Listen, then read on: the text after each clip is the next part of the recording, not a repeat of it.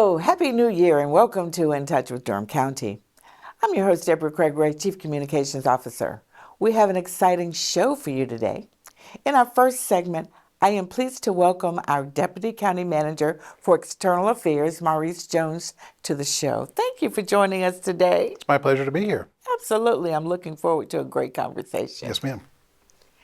In our second segment, we will review the year that was. We will look back at major successes, program updates, honors, staff transitions, and more. So let's begin our conversation, and I know it's going to be a lot of good stuff coming out today. I hope so. You've raised the bar pretty high for me, though. Well, great expectations. Yes, ma'am. So if you will, tell us a little bit about your background prior to coming to Durham County, because Sure. I know this is not your first rodeo in government. It is not, and I'm originally from Northern Virginia, in just south of Washington, D.C., and I got my foray into local government back in 1999 when I made the transition from broadcast journalism, you know that route, Yes. into local government as Director of Communications for the city of Charlottesville. And so that was a great learning opportunity for me, and it really gave me an opportunity to learn about every aspect of local government. As you know, in your role, you get a chance to work with a lot of different people from a lot of different backgrounds and different departments, learning about what they do and how they provide services to folks.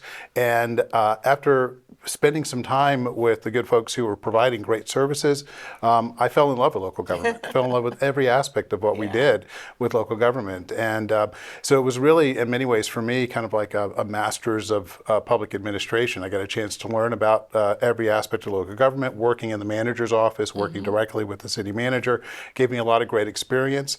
Served in that role for about 6 years before I left local government for a couple of years, worked at the University of Virginia, the Miller Center of Public Affairs, a great think tank there. It's academic and public policy think tank. And I was the director of development for them for 2 years, so I raised money for them and enjoyed That's a that. special skill. Well, it was fascinating to see that side of it. And as I was embarking on that, I was told, listen, you have great interest in what we do, which I did. I've always had a great interest in politics and public policy, and you share those interests with other people who are interested in what we do here at the Miller Center. Then at the end, you just have to ask them for money, and so that's what that experience was like for me. And I got a chance to do that.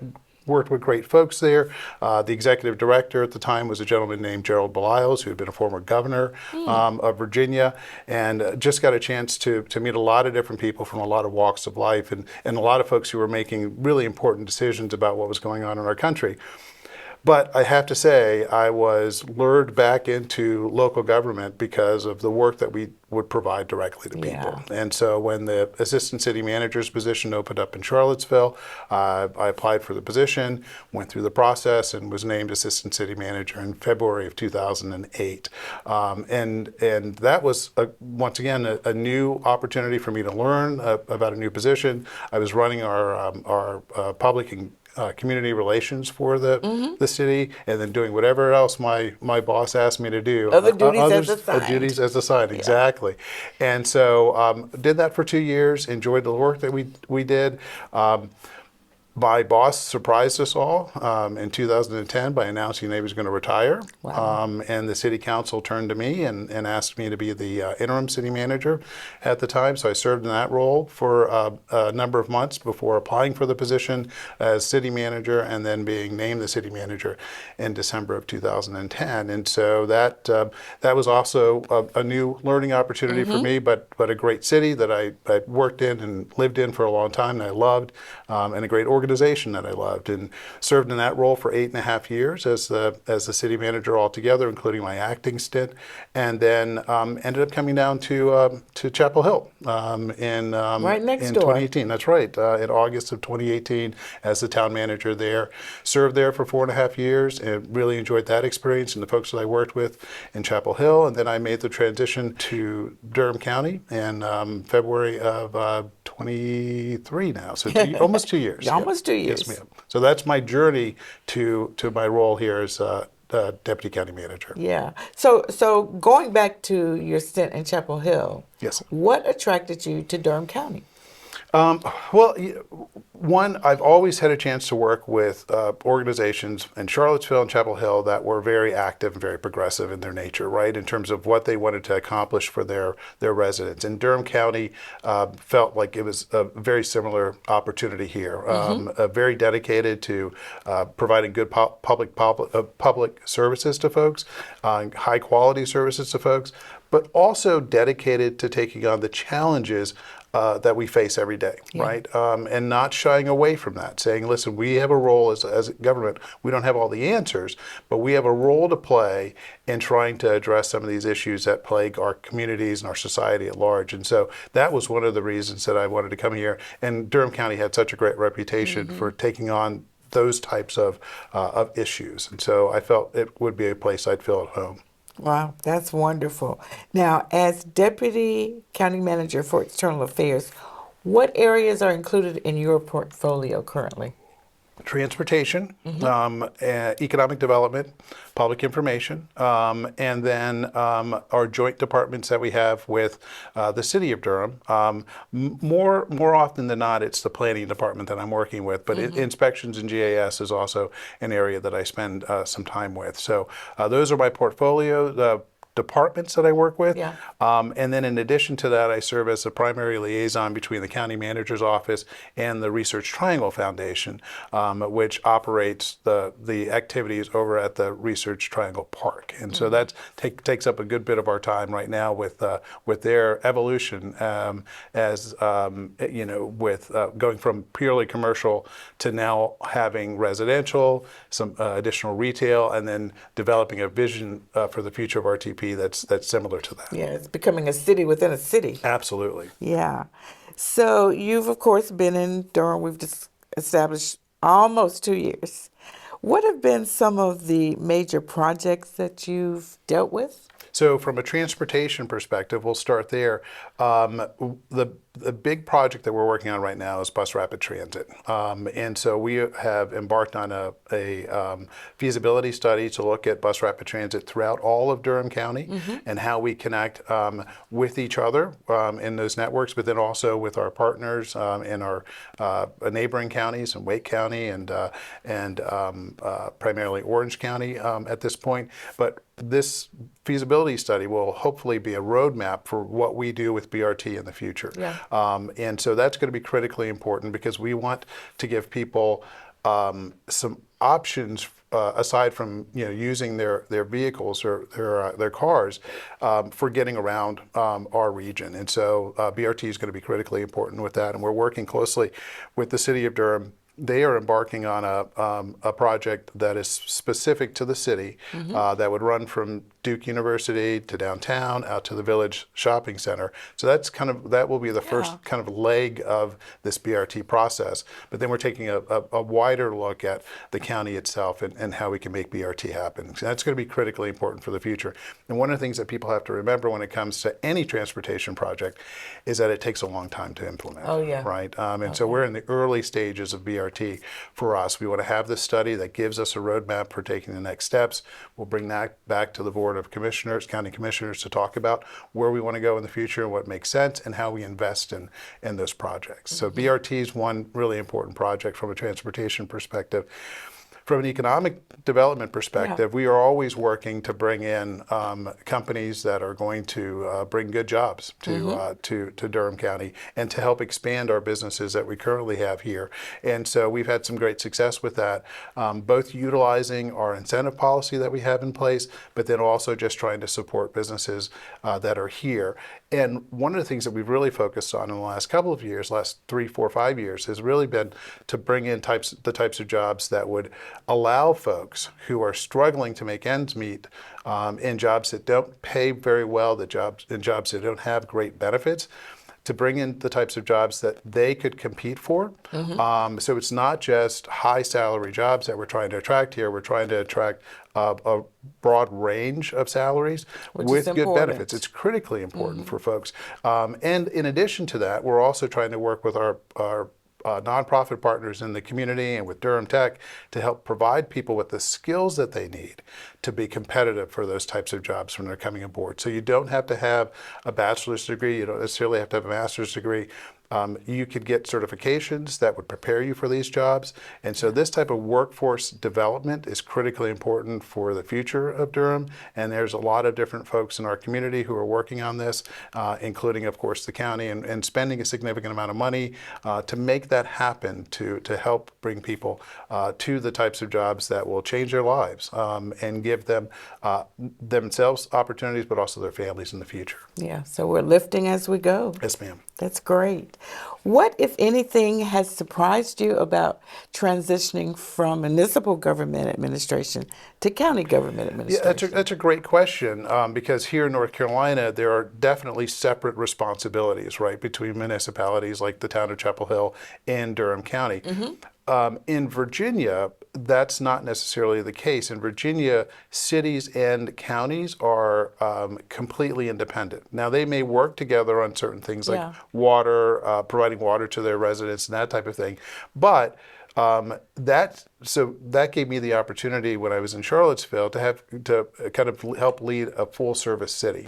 So a lot of the responsibilities that we have here with Durham County, I had as a manager back in Charlottesville. So like social services, elections, those types of things were things that we did every day in Charlottesville. So coming here, it wasn't a surprise. It actually felt more like what I was used to when I was in the city of Charlottesville. Well, great. That's why we're so fortunate to get you.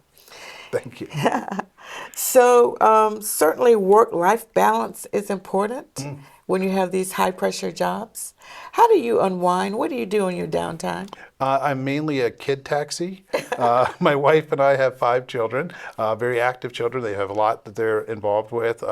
And so we spend a lot of time after work and on weekends taking them from one place to another, and of course enjoying their activities as well, and seeing them blossom and grow is a lot of fun for us. So that's how we take up a lot of time. But in addition to that, I am a big sports fan. I've been a sports fan since I was a kid. And so I like watching sports with my family, and then also I'm a bit of a film buff as well. So occasionally, not as often as I was as I had the opportunity to do when I was younger, but occasionally I'll get a chance to go see a movie in a real theater and not just streaming on Netflix or something like that. Right. Well, we are certainly grateful that you have chosen to work with us and help us continue to be an innovative local government, and we're just looking forward to all the great years that you have ahead of you. Thank you. It's a pleasure to be here and to work with folks like you and the other folks in Durham County. Well, I'm so glad that we got you on today, and we're going to have to get you back soon. I look forward to it. Yeah. Well, we're going to take a quick break, and when we return, we're going to take a look back at the year 2024 in Durham County. Don't move. We'll see you on the other side. My name is Grace Jones, and I'm an emergency medical technician in Durham County. I'm from the Triangle. Deciding to become an EMT, that's when I knew that this was the right place to work. I want to do this work, you know? I help somebody every day. Somebody cares that I showed up to work. Making a difference, I think that's important. You get such a variety of calls. We have world-class hospitals and schools. Durham EMS sees it all. The challenge of being an EMT? It's a bit more personal. You're going into people's homes. My partner and I need to be sensitive when we step into their lives, when they need help. You may think a call is one thing, and you get there, and it's completely different. You never know what to expect. The adrenaline flows, and you have to kick into action. You have to be ready. It's exciting. Taking care of my community, helping my neighbors, there's nothing more rewarding than that. That's why I do this. I am Durham County EMS.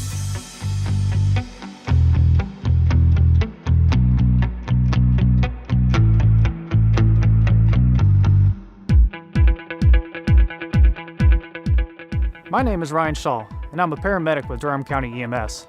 We care for people having what could be a really bad day. They turn to us, complete strangers really, to help them. I joined the volunteer fire department when I was 16 as a junior firefighter, but the medical side of emergency services really motivated me, and I decided I wanted to be a paramedic. Knowing I helped improve somebody's life, the look on their face when they start to feel better, that's a big motivating factor for me. We all work together, and there's continuing education and opportunities for advancement. Being a paramedic, it's exciting work. To take care of different types of people and the unique challenges that they face is one of the driving factors for me wanting to work for Durham. It's a tough job, I'm up for the challenge, and I can't think of a better place to work.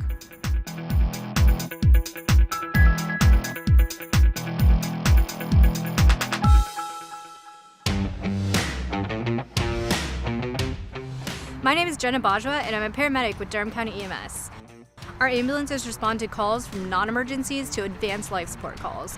The variety keeps me on my toes, and there are so many things you just don't see in other counties.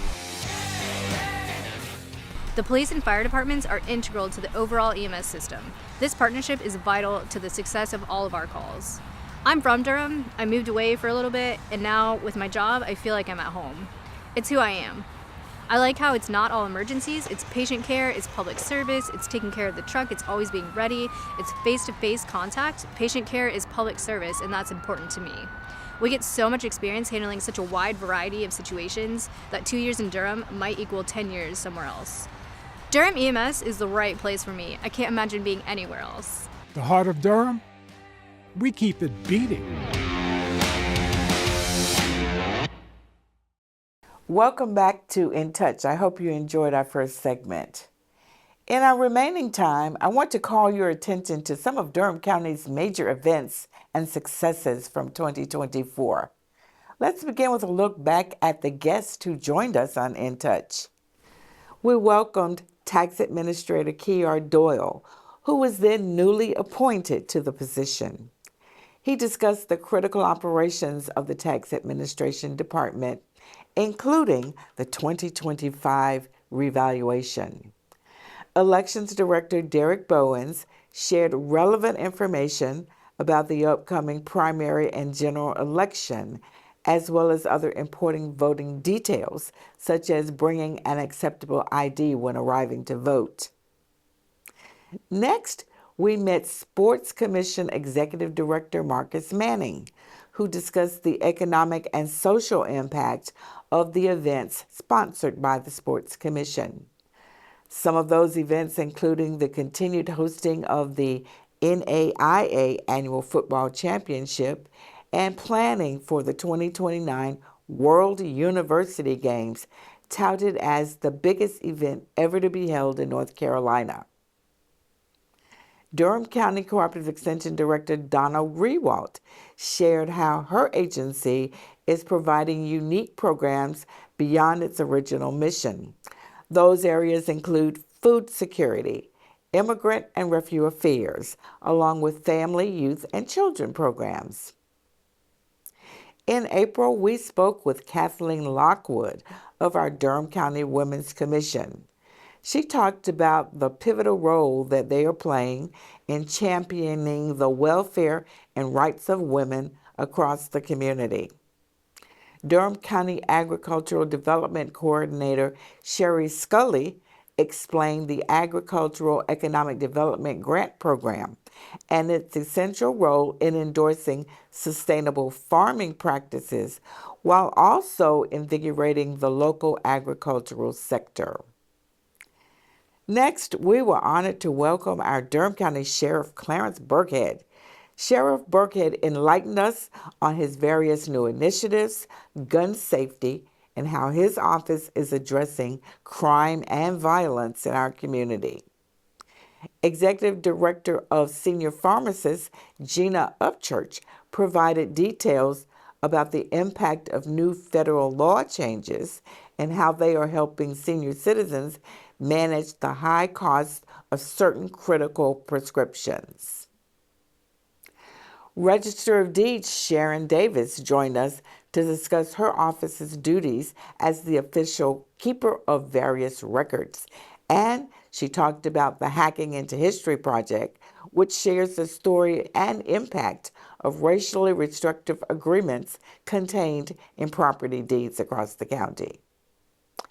Durham County Elections Director Derek Bowens returned to talk about the 2024 general election, his office's relocation, and the specifics needed to help our more than 250,000 voters participate in the November 5th election for president, governor, and other federal, state, and local offices. For our final show, we asked Tax Administrator Keir Doyle to return for the entire show to again talk about the upcoming 2025 general reappraisal process known as reevaluation. Certainly, The most significant event in 2024 was the passage of the county's fiscal year budget. By a vote of 4-1, the Durham Board of Commissioners adopted a budget of $966 million. That was 8.62% more than the previous year's budget. The largest amount of the board's increase provided significantly more funding for Durham public schools. Our commissioners also approved Durham County's new strategic plan. It's called DECO Forward 2029. The new plan increases the number of goal areas from 5 to 7 and will be managed by the Office of Strategy Performance over the next 5 years. The focus areas are regional leadership, healthy and inclusive community, empowered community, safe and resilient community, sustainable infrastructure and environment, financial stewardship, and finally, high-performing organization. Yes, 2024 was quite an eventful year. On the ballot in this presidential election year were state, local, and federal officials. To help facilitate that process, our elections office moved to a larger space at the Shops of Hope Valley that's located at 3825 South Roxborough Street. Elections Director Derek Bowens was seen on local and national news broadcasts showcasing the new fortified office and its intentional safety and security features. In this climate of election challenges, Durham County, like others across the country, was intentional to ensure the safety of staff and voters alike in designing this new and larger facility. In another major department relocation, the Durham County Veteran Services Department moved to a new office in downtown Durham. The new location at 201 North Roxborough Street was previously home to the Elections Board. This move included close parking and easier access for our veterans. Durham County Library's historic Stanford L. Warren Branch Library hosted its grand reopening on December 12th, much to the delight of its supportive patrons. The library, located at 1201 Fayetteville Street, was closed in August of 2021 to undergo structural repairs and interior renovations. With a reinforced physical structure, new furniture, upgraded shelving, and additional amenities, the Stanford L. Warren Branch will be a community hub for years to come. Durham County opened a new youth home to care for justice-involved youth. The new facility also houses the Resources for Youth Success and Empowerment, called the RISE Assessment Center, which is focused on providing non-threatening, inclusive atmosphere for parents who are simply looking for information for their youth who are exhibiting social, emotional, or behavioral challenges. The center will serve youth aged 10 to 17. It is a community-focused program that connects youth and their families to a plethora of resources in Durham County. 2024 saw some new faces and new positions. County Commissioners appointed Claudia Hager as the new county manager following the resignation of Dr. Kimberly Sowell. Hager was previously Deputy County Manager for Financial Affairs. The board also named Larissa Williamson as the Durham County Attorney. She is the first female to hold that position in Durham County government. Mark Lockhart, who was formerly Durham County's EMS Chief Paramedic, was appointed to the Office of Emergency Services as its director. In November, Commissioners Brenda Howerton, Nimashina Burns, and Heidi Carter were given a farewell reception and program honoring their outstanding public service at their last meeting in November. On December 3rd, new county commissioners took their oaths of office. Dr. Michael Lee, Michelle Burton, and Stephen Valentine joined Netta Alam and Wendy Jacobs. Alam continues to chair the body, and Dr. Michael Lee was named vice chair. It was another productive year for Durham County, and we have the awards to prove it. Our Durham County Department of Public Health was named Health Department of the Year. At the 2024 NACO Convention and Exhibition, Durham County received 11 NACO Achievement Awards, the most ever for the county, and the fourth straight year with multiple honors. Durham County also maintained its top 10 status in the Digital County Survey with an 8th place ranking among counties with a population of 250,000 to 499,000. The Durham County Stormwater and Erosion Control Division of Engineering and Environmental Services was honored with the Best in Category in County Resiliency, Infrastructure, Energy, and Sustainability for its Go Online and GIS and web-based systems entry. Soil and Water Director Eddie Culberson was inducted into the Durham County Farm Heritage Hall of Fame and honored for his 40 years of service. Durham County citizens continue to value excellent customer service from our employees, according to the results from our annual citizen survey. The county ranks 33% above the U.S. average for large communities in customer service, and we're 11% above the average for large communities in the overall quality of service given. As was the case in the previous year's survey, the library services once again ranked at the top, and high rankings were also given for fire and life safety programming and EMS. Durham County continued to value its greatest resource, our dynamic and dedicated employees. During our DECO Honors Program, we highlighted employees for their milestone service years while bidding a fond farewell to those who were ending their careers with Durham County. As we move into 2025, please keep in touch with Durham County operations, programs, and services by following us on social media, subscribing to our communications, serving on committees, attending commissioners' meetings, and by watching In Touch. Thank you so much for joining us today. Be well, and we'll see you next time on In Touch. Cheers.